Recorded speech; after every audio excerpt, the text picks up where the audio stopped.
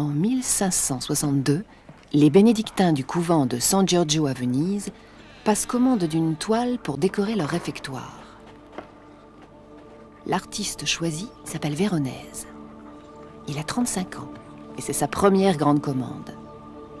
Il doit à tout prix réussir son coup.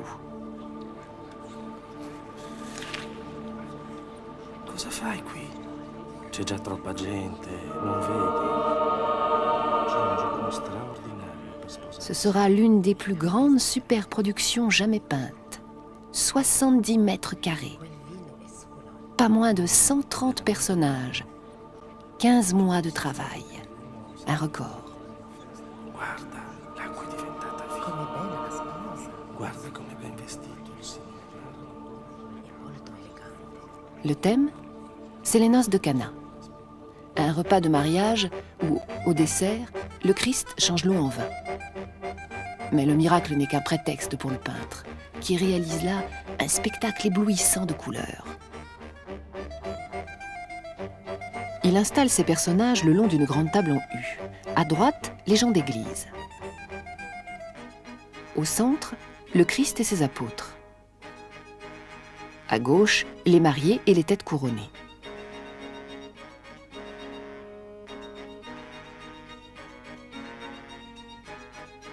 Et au premier plan, un groupe de musiciens. Au-dessus, derrière la balustrade, cuisiniers et serviteurs s'affairent dans un décor antique. À part le Christ et ses apôtres, tous les personnages sont des Vénitiens vivant à l'époque où le tableau a été peint. Ainsi, Véronèse a représenté son jeune frère tenant une coupe de vin. Il s'est peint lui-même, tout de blanc vêtu, jouant de la basse de viol, et a aussi fait figurer ses amis peintres Tintoret et Le Titien. La composition est d'une symétrie parfaite. Et, détail troublant, l'axe vertical du tableau passe par la lame d'un couteau de boucher qui semble menacer le Christ juste au-dessus de sa tête.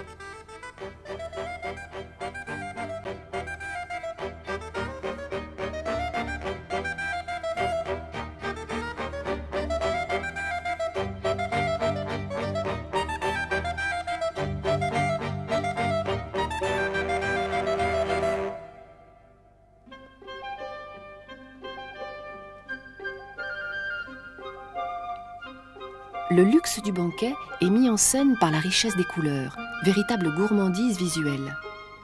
C'est une débauche colorée où le regard se perd dans la foule des détails.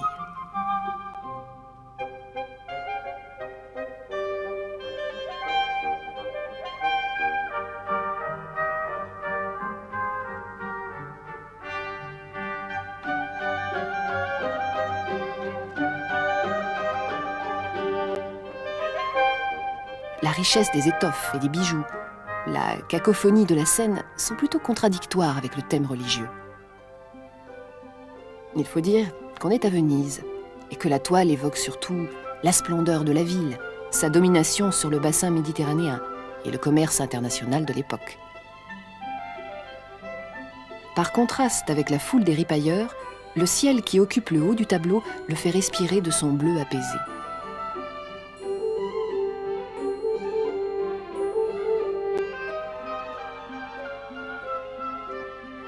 Jamais autant de couleurs n'ont été si bien domptées par un peintre. L'audace de Véronèse a été de juxtaposer pour la première fois autant de couleurs primaires. Le bleu, le rouge, le jaune et le vert, complémentaire du rouge. En effet, ces noces sont celles de la couleur pure et claire, une symphonie chromatique.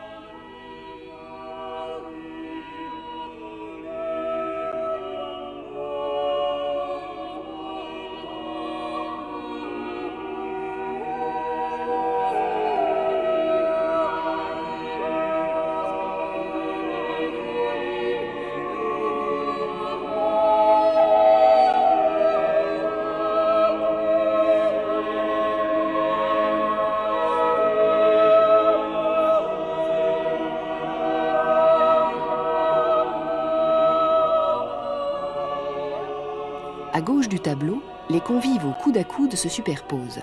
comme se superposent, se bousculent et se confrontent les couleurs. Le rouge contre le blanc contre le bleu contre le jaune contre le vert contre le jaune contre le bleu.